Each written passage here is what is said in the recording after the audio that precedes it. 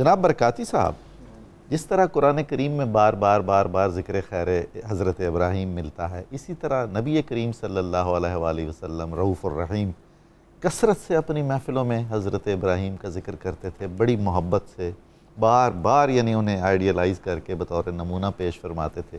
کچھ احادیث آپ بیان فرمائیے۔ بسم اللہ الرحمن الرحیم۔ نبی کریم رؤوف الرحیم صلی اللہ تعالیٰ علیہ وآلہ وسلم آپ اس مقام پر فائز ہیں جو یقیناً پوری کائنات کے اندر کوئی بھی اس مقام کا متصف نہیں ہو سکتا۔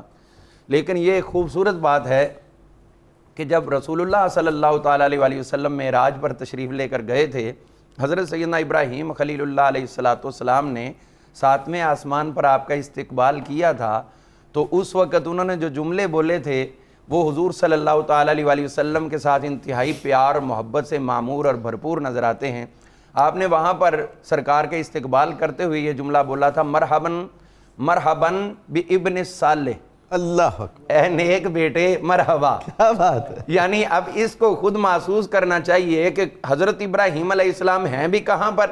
بیت المعمور، وہ جو فرشتوں کا قبلہ ہے، اور وہاں حضور علیہ السلام کو اتنی محبت سے مرحبا کہہ رہے ہیں۔ حضور دیکھیے نا، خود حضرت ابراہیم نے صالح اولاد کی دعا مانگی تھی، رب حب لی من الصالحین، اور میں سمجھتا ہوں کہ آپ کی اس دعا کے تمام ہستیوں میں سے زیادہ تر جو حقدار ہیں وہ میرے آقا کریم مصداق اعظم، صالح اعظم۔ واہ!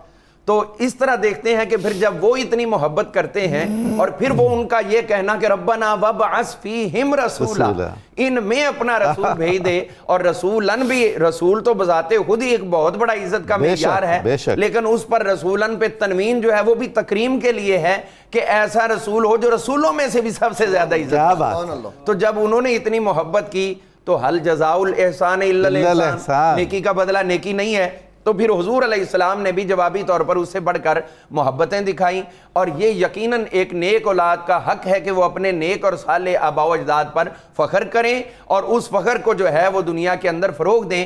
اسی لیے ہم سمجھتے ہیں کہ جو حضرت سیدنا یعقوب علیہ السلام نے اپنے وصال کے وقت یہ بات کہی تھی کہ میرے بعد کس کی عبادت کرو گے، اپنے بیٹوں سے کہا تھا، تو انہوں نے بھی جواباً کہا تھا نعبد الہک و الہ آبائک، ہم آپ کے معبود کی اور آپ کے آباء و اجداد کے معبود ابراہیم، اسماعیل اور اسحاق کے معبود کی عبادت کریں گے۔ تو اسی لیے یہاں پہ نظر آتا ہے کہ نبی کریم صلی اللہ تعالیٰ علیہ وآلہ وسلم بہت زیادہ محبت فرماتے تھے، اور اس کے سب سے بڑا مظہر یہ ہے کہ نبی کریم علیہ السلام نے اپنے پیارے فرزند ارجمند کا نام بھی انہی کے نام پہ حضرت ابراہیم رکھا، سبحان اللہ۔ اور یہ ہم کوئی اندازہ نہیں کر رہے، یہ بھی اندازہ بھی درست ہے، لیکن یہ ہمارا اندازہ نہیں ہے، یہ حضور سے عرض کیا گیا تھا کہ حضور آپ نے اپنے بیٹے کا نام کیوں رکھا ہے؟ آپ نے فرمایا میں نے اپنے جد حضرت ابراہیم کے نام پہ رکھا۔ کیا بات ہے! یعنی حضور کا یہ وضاحت دے دینا، اور پھر حضور نے جو ان کے وصال کے وقت فرمایا تھا لو عاش ابراہیم لکان صدیقا نبیا، اگر میرا بیٹا ابراہیم زندہ رہتا تو پھر اللہ اس کو بھی مقام صداقت اور مقام نبوت سے سرفراز فرماتا۔ تو اس کا مطلب ہے کہ وہ قد صدقت الرؤیا وہاں بولا، اور یہ نام رکھ کے حضور نے صدیق النبی یہاں بولا۔ حضور صلی اللہ تعالیٰ علیہ وآلہ وسلم نے جو احوال ہم تک پہنچائے ہیں ان میں بہت سی چیزیں ایسی ہیں جو آپ کے احوال میں ہمیں ذہن میں رکھنی چاہیے۔ وہ محققین کی اپنی اپنی جو کہہ لیں کہ ریسرچ ہے جو ان کو ملا، کچھ روایات میں یہ آتا ہے، حافظ ابن کثیر سمیت بہت سے لوگوں نے یہ لکھا ہے کہ آپ کی 4 ازواج تھیں۔ اچھا، تو ان میں سے پہلی حضرت سارہ تھی، حضرت سیدہ ہاجرہ تھی، اور حضرت سیدہ قطورہ یا قنطورہ، جی یہ ان کا نام ہے، گرامی ہے۔ اور کچھ نے انہی کا نام رغدہ بھی ذکر کیا ہوا ہے، اور یا رغدہ ایک الگ بیوی تھی یا انہی کا نام تھا، اور ایک بیوی آپ کی حجون ان کا نام تھا۔ تو حضرت سیدہ سارہ سے ایک بیٹے حضرت اسحاق کی ولادت ہوئی، حضرت سیدہ ہاجرہ سے حضرت سیدنا اسماعیل علیہ السلام کی ولادت ہوئی، اور 6 بیٹے آپ کے حضرت قطورہ یا قنطورہ سے پیدا ہوئے ہیں، اور 5 بیٹے آپ کے حجون سے پیدا ہوئے ہیں۔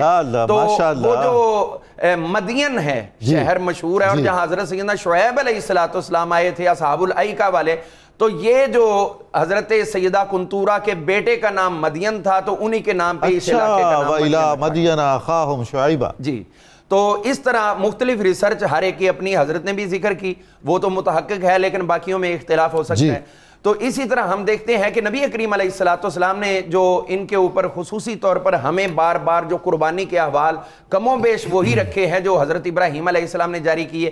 حضرت ابراہیم علیہ الصلوۃ والسلام آپ کو دیکھتے ہیں کہ جو آپ نے دنیا کے اندر آتے ہوئے سے ابتدا یعنی جو ماں کے شکم میں تھے تو امتحانات شروع کیے اور اپنے وصال با کمال تک امتحانات میں رہے.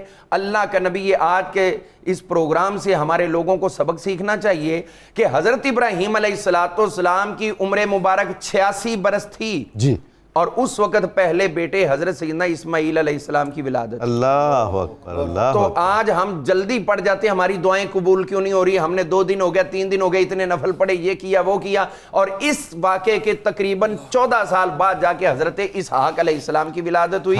اور پھر میں آخری بات عرض کرنا چاہوں گا کہ حضرت سیدنا ابراہیم خلیل اللہ علیہ الصلوۃ والسلام جو آپ بابل کے علاقہ کوسا کے اندر آپ کی ولادت باسعادت ہوئی ہے، کجا ایک دور دراز وہ مقام اور کجا پوری کائنات کے اندر آپ کا فیضان. اس کا مطلب ہے کہ اگر مقام تسلیم و رضا ان کی سنت میں اختیار کیا جائے تو اللہ تعالیٰ اس انسان کو بھی چہار دانگے عالم میں عزتیں اور شہرتیں. سبحان اللہ، سبحان اللہ، بہت شکریہ.